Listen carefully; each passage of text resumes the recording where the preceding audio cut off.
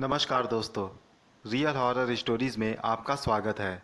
आज मैं आपके लिए लेकर आया हूँ उमर जहाँ कहानी का 5वां हिस्सा। हमारी कहानियों की सभी अपडेट पाने के लिए हमारे चैनल को सब्सक्राइब करके बेल नोटिफिकेशन को ऑन कर दें। तो चलिए ज़्यादा देर ना करते हुए शुरू करते हैं आज की अपनी कहानी। अनवर अली चारों तरफ से घिर चुके थे। वे सब आदमी अपना मुंह ढके हुए थे। अनवर अली ने सोचा कि आखिर दिन दहाड़े कौन है जो बंदूक की नोक पर हम सबको घेरे हुए है। तभी उन लोगों में से एक आदमी आगे आया। उसने अनवर अली से कहा, आपको हमारे साथ चलना होगा। अनवर अली ने हैरानी से पूछा, कौन है आप लोग और हमें कहाँ ले जाना चाहते हैं? इस पर उस आदमी ने जवाब दिया, हमें ज़्यादा बात करने की इजाज़त नहीं है, बस आप हमारे साथ चलिए। इस पर अनवर अली ने जवाब दिया, मैं इस तरह आपके साथ नहीं चल सकता। इस पर उस आदमी ने कहा, देखिए हमें सख्ती करने पर मजबूर मत कीजिए, चुपचाप मेरे साथ चलिए। वो थोड़ा सख्त होकर बोला। इस पर अनवर अली सोच में पड़ गए। उनके साथ उमर जहां और उनका मुलाजिम भी था, इसलिए अनवर अली को अपनी जान से ज़्यादा उन दोनों की फिक्र होने लगी। अनवर अली ने कहा, ठीक है, मैं साथ चलने को तैयार हूँ, लेकिन इन लोगों को जाने दो। इन लोगों की क्या ज़रूरत है? इस पर वो आदमी बोला, मैं किसी को इस वक्त छोड़ नहीं सकता, आप इन दोनों के साथ चलिए। कोई रास्ता ना पाकर अनवर अली उनके साथ चलने को तैयार हो गए। उन्होंने सोचा कि अगर मैं जाने को तैयार ना हुआ तो पता नहीं ये हमारा क्या नुकसान करें, इसलिए मुझे अपनी जान की फ़िक्र तो नहीं, लेकिन दलवीर को अगर इन लोगों ने कोई नुकसान पहुंचाया तो मैं खुद को कभी माफ़ ना कर पाऊंगा। रही बात उमर जहां की, तो ये एक जिन्न है, ये आसानी से वहां से कभी भी भाग सकती है। इसलिए मौके की नज़ाकत को देखते हुए हमें उन आदमियों के साथ आगे जाकर देखना चाहिए, आखिर बात क्या है। उस आदमी ने फिर कहा कि सोच में पड़ गए, चलो। इस पर अनवर अली ने कहा, ठीक है, मैं चलता हूँ। और वो लोग उन आदमियों के साथ चलने लगे। वो लोग अंदर वे लोग जंगल के अंदर से बड़ी बड़ी झाड़ियों और दरख्तों के बीच से चलते जा रहे थे।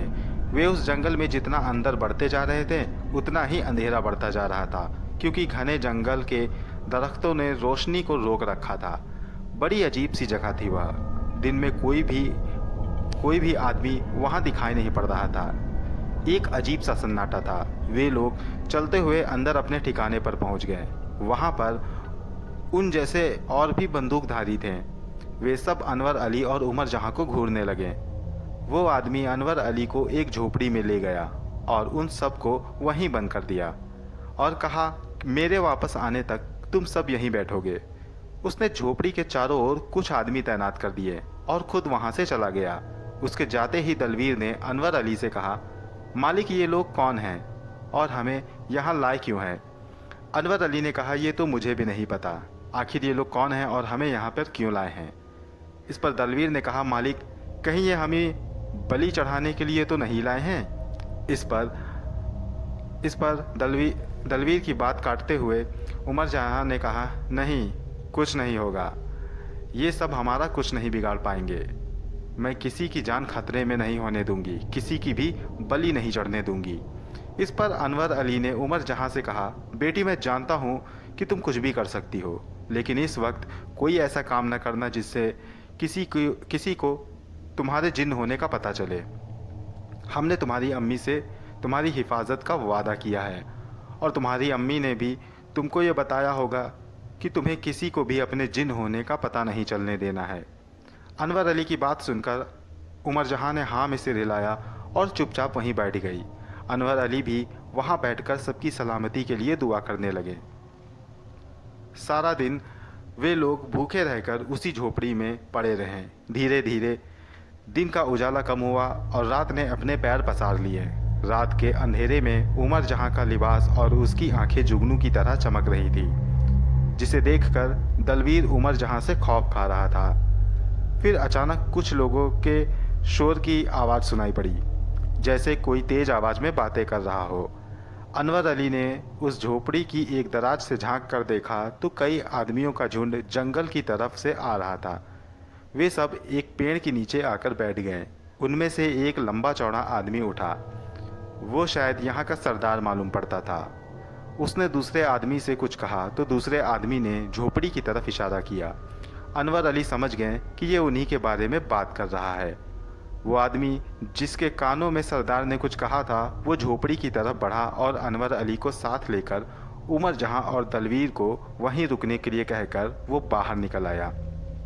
अनवर अली को उस जगह से थोड़ी सी दूर ले गया और फिर उसे रुकने का इशारा किया और ज़मीन पर पड़ी लकड़ी के दो बड़े बड़े टुकड़ों को किनारे सरकाने लगा।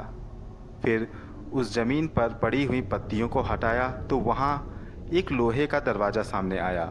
उसने वो दरवाज़ा खोला और अनवर अली को लेकर अंदर दाखिल हुआ। अंदर तहखाना बना हुआ था, लेकिन ये तहखाना किसी भी महल से कम न था। अंदर पहुंचकर वे उसी आदमी के सामने पहुंच गए जो अभी बाहर था। उसने अपना मुंह ढक रखा था। उसने अनवर अली को सलाम किया और बैठने को कहा। अनवर अली पास पड़ी हुई कुर्सी पर बैठ गए। उस आदमी ने कहा, सबसे पहले मैं आपसे माफ़ी चाहूँगा कि मैंने आपको इस तरह कैद रखवाया, और दूसरी इस बात की माफ़ी चाहूँगा कि हमारे आदमियों ने आपके घोड़ों को जख्मी कर दिया। लेकिन आप परेशान ना हो, आपके घोड़े हिफाजत से हैं।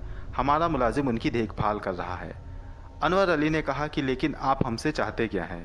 इस पर उस आदमी ने कहा, मैं आपको सब बताता हूँ। मेरा नाम शेख अकरम है। मैं कोई डाकू या लुटेरा नहीं हूँ, लेकिन दुश्मनों के लिए मैं किसी शैतान से भी कम नहीं। हमारे पास ताकतों की कमी नहीं है, लेकिन कभी कभी इंसान की बड़ी से बड़ी ताकत भी काम नहीं आती। मुझे आपसे एक काम है, आपको मेरा एक काम करना होगा। अनवर अली ने पूछा, कैसा काम? इस पर अकरम ने बोला, तुम्हें मेरी एक कीमती चीज़ एक जगह पहुंचानी है। अनवर अली ने पूछा, कौन सी चीज़? इस पर अकरम ने अनवर अली को साथ चलने का इशारा किया और थोड़ा अंदर जाकर एक बड़े से कमरे का दरवाज़ा खोला। वो कमरा बहुत खौफनाक लग रहा था। वो बड़ा सा कमरा खाली पड़ा हुआ था। उस कमरे के बीच में सिर्फ एक पलंग पड़ा था जिसके चारों ओर सफ़ेद पर्दे लगे हुए थे और कुछ दिए रोशन थे। अकरम अनवर अली को अंदर ले गया। अंदर जाकर अनवर अली ने देखा तो पलंग पर एक औरत को लेटा पाया। वो बिना हरकत के पलंग पर लेटी हुई थी। उसके हाथ पैर और चेहरे पर एक लेप लगा हुआ था जिसकी खुशबू अनवर अली के नाक तक पहुंच रही थी। अनवर अली ने कहा, ये कौन है? अकरम ने जवाब दिया, ये मेरी बेगम है, नूरी नाम है इनका। अनवर अली ने कहा, इन्हें क्या हुआ है? इस पर अकरम ने कहा, एक मुठभेड़ हुई थी। दुश्मनों ने उसी मुठभेड़ में इनका गला घोंटकर इन्हें जान से मार दिया। इस पर अनवर अली ने हैरानी से कहा, क्या मतलब तुम्हारा? ये मर चुकी हैं? अकरम ने कहा, नहीं, मैं ऐसा नहीं होने दूंगा। ये मर तो चुकी हैं, लेकिन मैं इन्हें मरने नहीं दूंगा। मैं इनको वापस से ज़िंदा करूंगा। इस पर अनवर अली ने कहा, होश में आओ अकरम, मुर्दों को ज़िंदा नहीं किया जा सकता, ये सिर्फ अल्लाह ही कर सकते हैं। इस पर अकरम ने कहा, किया जा सकता है, मैंने रास्ता खोज लिया है। अनवर अली ने पूछा, कैसा रास्ता? इस पर अकरम ने कहा, उससे तुम्हें कोई मतलब नहीं। अभी इसकी आंखों में जान आई है जिससे ये कभी कभी आंखें खोलती है। धीरे धीरे इसके पूरे जिस्म में जान आ जाएगी। तब तक इसके जिस्म को बचाने के लिए ये लेप लगा कर रखा है मैंने, ताकि इसका जिस्म कभी भी सड़े गले ना, हमेशा ताज़ा बना रहे। अब तुम सुनो, तुमको इसे लेकर एक जगह जाना है। तुम्हें इसको लेकर अकेले ही जाना होगा। तुम्हारे साथ मेरा एक आदमी जाएगा। कुछ दूर तक वो तुम्हें मंजिल बताकर लौट आएगा। तुम्हें मेरी बेगम को वहीं ले जाना होगा। आगे का काम तुम्हें वहां जाकर पता चलेगा। इस बीच तुम्हारे साथ मेरे कब्जे में रहेंगे। मेरा काम होने के बाद हम तुम्हें तुम्हारे आदमी को सौंप देंगे। अनवर अली ने कहा कि लेकिन इन्हें आप या आपका कोई भी आदमी ले जा सकता है, फिर मैं ही क्यों? इस पर अकरम ने कहा, अगर ऐसा हो पाता तो मैं तुम्हें यहाँ लेकर ना आता। अब ज़्यादा सवाल नहीं करो, सिर्फ जो काम बताया है वो काम करो। अनवर अली ऐसे किसी लाश को ले जाना नहीं चाहते थे, लेकिन वे इस मामले की तह तक जाना चाहते थे, इसलिए वे यहाँ से जाने को तैयार हो गए। उन्होंने एक बार उमर जहाँ और दलवीर से मिलने की इच्छा जाहिर की, लेकिन अकरम ने मना कर दिया। आखिरकार अनवर अली को उस लाश को ले जाना पड़ा। अकरम के साथियों ने नूरी की लाश को एक बड़े से बक्से में बंद करके तांगे में लाद कर अनवर अली को साथ लेकर थोड़ी दूरी पर छोड़ दिया और नूरी की लाश को एक स्लेज पर बांध कर रख दिया। इस स्लेज को अनवर अली को खींचते हुए ले जाना था। इसके बाद अकरम के साथी ने कहा, तुम्हें बिल्कुल सीधे जाना होगा। आगे एक हवेली होगी जिसके दरवाजे पर 6 दिए जल रहे होंगे, वहीं तुम्हें इस लाश को ले जाना है। इतना कहकर वे सब वहां से चले गए। अब अनवर अली स्लेज खींचते हुए आगे बढ़ने लगे। अनवर अली ने स्लेज की रस्सियों को अपने कंधों पर रखा और आगे बढ़ने लगे। अनवर अली को ये मामला समझ नहीं आया कि आखिर अकरम ऐसा क्यों कह रहा था कि वो नूरी को जिंदा कर देगा। ऐसा क्या कर रखा है? कहीं वो किसी शैतानी अमल को तो पूरा नहीं कर रहा है? क्योंकि शैतान ही इंसान को इस तरह बहकाता है। न जाने का जहाँ मुझे जाना है वहाँ कौन सी आफत हो, और आखिर मुझे ही क्यों भेजा जा रहा है? कहीं ये लोग किसी शैतानी अमल के चक्कर में मेरी बलि न चढ़ा दें। हो सकता है कि बलि चढ़ाने के लिए इसकी कैद में और भी लोग हों। अगर ऐसा हुआ तो मैं उमर जहाँ से कहकर उन सबको वहाँ से छुड़ा लूँगा।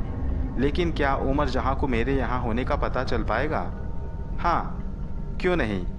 वह एक जिन है और उसकी अम्मी जोया ने उसको सब कुछ सिखाया है। इसी तरह मन ही मन अनवर अली उधेड़-बुन में लगे हुए थे और आगे बढ़ते जा रहे थे। फिर अचानक उन्हें महसूस हुआ कि लाश ने कोई हरकत की। अनवर अली ने झट से स्लेज की रस्सी छोड़ी और पलट कर देखा तो नूरी की लाश वैसे ही बंधी हुई थी। रात के अंधेरे में सुनसान जंगल के बीचों बीच तेज हवाएं अनवर अली के दिल में खौफ बनकर उतर रही थीं। कुछ देर रुककर अनवर अली ने अल्लाह का नाम लिया और फिर स्लेज की रस्सियों को अपने कंधे पर लाद लिया और आगे बढ़ने लगे। जैसे जैसे आगे बढ़ते जा रहे थे वैसे वैसे वो जंगल भी खौफनाक होता चला जा रहा था। एक अजीब सा सन्नाटा था और उस सन्नाटे में खौफनाक सर्द हवाएं अनवर अली को और भी खौफजदा कर रही थी। अनवर अली को फिर लगा कि वो लाश काफ़ी तेज़ी से हिली है। अनवर अली ने फिर डर से रस्सी छोड़ दी और लाश को देखने लगे। लाश उसी तरह बंधी हुई थी। फिर अचानक जंगली भेड़ियों और कुत्ते बिल्लियों के रोने की आवाज़ें आने लगी। अनवर अली का दिल तेज़ी से धड़कने लगा। अनवर अली ने अल्लाह का नाम लिया और रस्सी को फिर कंधे पर रख कर आगे बढ़ने लगे। वे भेड़ियों का निवाला नहीं बनना चाहते थे। भेड़ियों, बिल्लियों और कुत्तों के रोने की आवाज़ें मुसलसल आ रही थीं और एक बार फिर अनवर अली को लगा कि लाश में हरकत हुई है। लेकिन इस बार अनवर अली चुपचाप चलते रहें। उन्हें अकरम की बात याद आ गई कि अभी नूरी की आंखों में ही जान आई है, बाकी जिस्म में नहीं। वे अभी थोड़ा आगे ही बढ़े थे कि अनवर अली के कानों में आहिस्ता से एक आवाज़ आई, पानी पिला, पानी। ये आवाज़ सुनकर अनवर अली खौफ से चीख पड़े और पीछे देखने लगे, लेकिन कोई दिखाई नहीं दिया। लाश भी अपनी जगह बंधी हुई थी। कुत्ते बिल्लियों की आवाज़ बढ़ती जा रही थी। अनवर अली ने फिर से हिम्मत बटोरी और रस्सी थामकर लाश को खींचते हुए आगे बढ़ने लगे। अनवर अली अभी थोड़ा ही आगे बढ़े थे कि उनके कदम ठिठक कर रुक गए और खौफ से उनके दिल की धड़कनों में इजाफा हो गया। उन्होंने सामने एक खौफनाक नज़ारा देखा। एक औरत जिसके जिस्म पर कोई लिबास न था, वो अपने बालों से अपना जिस्म ढके हुए बीच जंगल के रास्ते पर टहल रही थी। उस खौफनाक औरत के बाल ज़मीन तक बिखरे हुए किसी सांप की मानिंद उसके पीछे पीछे चल रहे थे। ये एक नई चुनौती थी अनवर अली के सामने। दोस्तों, ये कहानी जारी है। इस कहानी का अगला भाग मैं जल्द आपके पास लेकर आऊँगा। कहानी कैसी लगी हमें कमेंट बॉक्स में लिखकर ज़रूर बताएं। मिलता हूँ अगली बार, तब तक के लिए गुड बाय।